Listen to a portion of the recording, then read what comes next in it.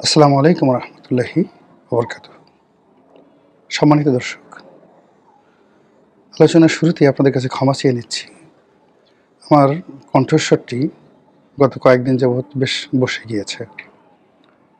মূলত প্রকৃতি এবং পরিবেশের কারণে, আবহাওয়ার পরিবর্তনের কারণে গরম এবং ঠান্ডা লেগে গিয়েছে। তো গলার চিকিৎসা করছি, কিন্তু এই ভিডিও করা কিংবা আপনাদের সঙ্গে এইভাবে আলাপ আলোচনা করা, এটা রক্তের সঙ্গে এভাবে মিশে গিয়েছে। বলতে গেলে এই অসুস্থ শরীর নিয়ে এবং অসুস্থ কণ্ঠ নিয়েই মূলত আপনাদের সঙ্গে কথাবার্তা বলতে এসেছি। শব্দের অস্পষ্টতা রয়েছে, আশা করি ক্ষমা সুন্দর দৃষ্টিতে দেখবেন এবং আপনাদের সবার কাছে দোয়া চাচ্ছি যেন মহান আল্লাহ রাব্বুল আলামিন এই রোগ এবং বালাই থেকে খুব দ্রুত আমাকে শেফা দান করেন। আজকে যে ব্যাকগ্রাউন্ডটি দেখছেন, এটি অন্যান্য ব্যাকগ্রাউন্ডের চেয়ে একটু আলাদা। আমি সাধারণত আমার যে রুম রয়েছে, পড়াশোনার রুম,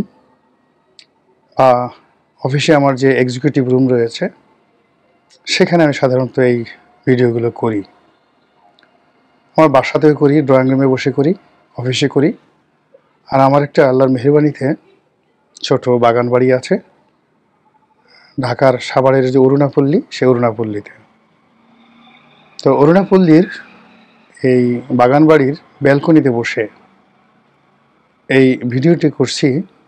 পিছনের এই যে ব্যাকগ্রাউন্ড, প্রকৃতির যে বাতাস, অবারিত বাতাস, এই বাতাসের কারণে নয়, মূলত রুমের মধ্যে যখন থাকি তখন এয়ার কন্ডিশনের কারণে কণ্ঠে সমস্যা দেখা দেয়। এই জন্য এখানে ভিডিও করছি, এই কাহিনী আপনাদেরকে বলে নিলাম।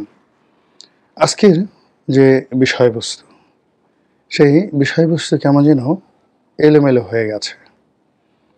যখন তুলসী গ্যাওয়ার্ড ভারতে এলেন, যারা আওয়ামী লীগের যারা লোকজন, তাদের মধ্যে খুশির বন্যা। তিনি যে কথাগুলো বলেছেন সঙ্গত কারণেই ডক্টর মোহাম্মদ ইউনূসের একেবারে বিরুদ্ধে চলে গিয়েছে।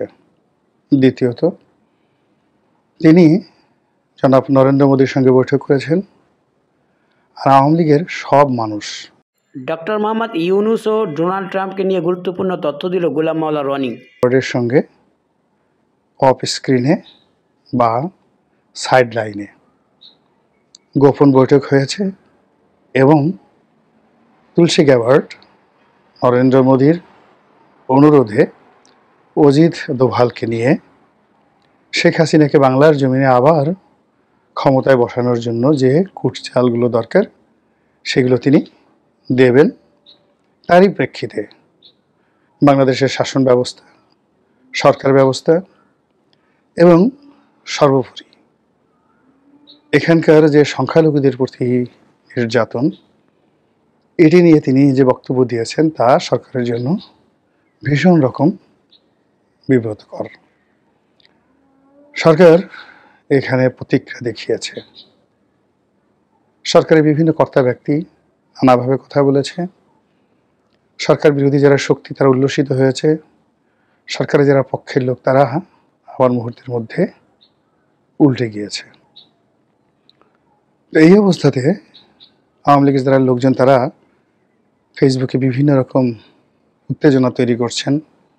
আজ সমন্বয়করা পালাবে, কাল উপদেষ্টারা পালাবেন, কোনো অবস্থাতে কেউ যেন পালাতে না পারেন, এয়ারপোর্টে প্রহরা বসানোর জন্য বলা হয়েছে, ইত্যাদি আরও অনেক কিছু। এবং ঠিক সেই মুহূর্তে মার্কিন পররাষ্ট্র দপ্তরের একটা যে প্রেস ব্রিফিং, সেই প্রেস ব্রিফিংয়ে যে সকল বক্তব্য উঠে এসেছে, তাতে স্পষ্টতই ইউনূস সরকারের পক্ষে সব কথাগুলো এসেছে। মার্কিন পররাষ্ট্র দপ্তরের বক্তব্যে ইউনূস সরকারের কর্মকাণ্ড সম্পর্কে মার্কিন যুক্তরাষ্ট্র অবহিত, সরকার যা করছে তাতে তারা খুশি এবং স্পষ্টতই সরকারের সঙ্গে তাদের একটা সমঝোতা রয়েছে, লেনাদেনা রয়েছে, এই ধরনের একটি বক্তব্য এসেছে। পররাষ্ট্র মন্ত্রণালয়ের বা পররাষ্ট্র দপ্তরের এই বক্তব্যের নেপথ্যে আরও কিছু নিয়ামক কাজ করতে পারে। অতি সম্প্রতি একজন সিনেটর বাংলাদেশ ভ্রমণ করেছেন, ডক্টর মোহাম্মদ ইউনূসের সাথে সাক্ষাৎ করেছেন এবং বলা হয়ে থাকে যে তিনি মার্কিন যুক্তরাষ্ট্রের বিভিন্ন যে আর্মস কোম্পানিগুলো রয়েছে, যারা ওই দেশের সবচেয়ে প্রভাবশালী, ও দেশে আর্মস কোম্পানি এবং তেল কোম্পানি তারা সরকার পরিবর্তন করে ফেলে। এরকম আর্মস কমিটির যিনি চেয়ারম্যান ছিলেন মিস্টার কার্ল লেভিন, আমি একটা সময় যখন আমেরিকা ভ্রমণ করেছিলাম আমি তখন দেখেছি এই ভদ্রলোকের ক্ষমতা কোন পর্যায়ে। এরকম একজন সিনেটর এসে ডক্টর মোহাম্মদ ইউনূসের সঙ্গে বৈঠক করেছেন এবং খুবই হৃদ্যতাপূর্ণ বৈঠক, এবং তার সেই বৈঠকের পরপরই মার্কিন পররাষ্ট্র দপ্তর থেকে যে বিবৃতি দেওয়া হয়েছে এটি বিস্ময়কর, এবং এর দ্বারা প্রমাণিত হয় যে আমেরিকার আসলে কোনো জাত নেই। আপনি তাদেরকে কিনতে পারবেন, ব্যবহার করতে পারবেন, তাদের দ্বারা যুদ্ধ করাতে পারবেন, তাদের দ্বারা মানুষ মারতে পারবেন, আবার তাদের দ্বারা আপনি অনেক কিছু ঘটিয়ে ফেলতে পারবেন।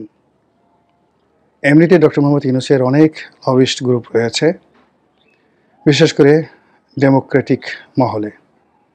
তারা নিশ্চয়ই এই সময় বসে নেই, তো কাজেই তারা কাজ করছে। ইলন মাস্ক যদি ব্যবসায়ের জন্য উদ্বিগ্ন হন, বাংলাদেশে স্পেসএক্সের বা স্টারলিংকের কার্যক্রম তারা চালাতে চান, তার সঙ্গে সঙ্গে যদি তেল এবং গ্যাস আমেরিকার কোম্পানিগুলো বিক্রি করতে চান, তাহলে শেখ হাসিনার চাইতে, তারেক রহমানের চাইতে ডক্টর মোহাম্মদ ইউনূস ব্যবসা বাণিজ্যের ক্ষেত্রে অনেক সমঝদার। তো কাজেই আগামী দিনগুলোতে যদি ডক্টর মোহাম্মদ ইউনূস ক্ষমতায় টিকে থাকেন, তাহলে আমরা এরকম এক পরিবর্তিত বাংলাদেশ দেখব, যে বাংলাদেশের জন্য পুরো আমেরিকান প্রশাসন, আমেরিকান রাজনীতি পরিপূর্ণভাবে দুই ভাগ হয়ে গেছে। মহান আল্লাহ আমাদের সবাইকে হেদায়েত দান করুন এবং হেফাজত করুন। আসসালামু আলাইকুম ওয়া রাহমাতুল্লাহি ওয়া বারাকাতুহু।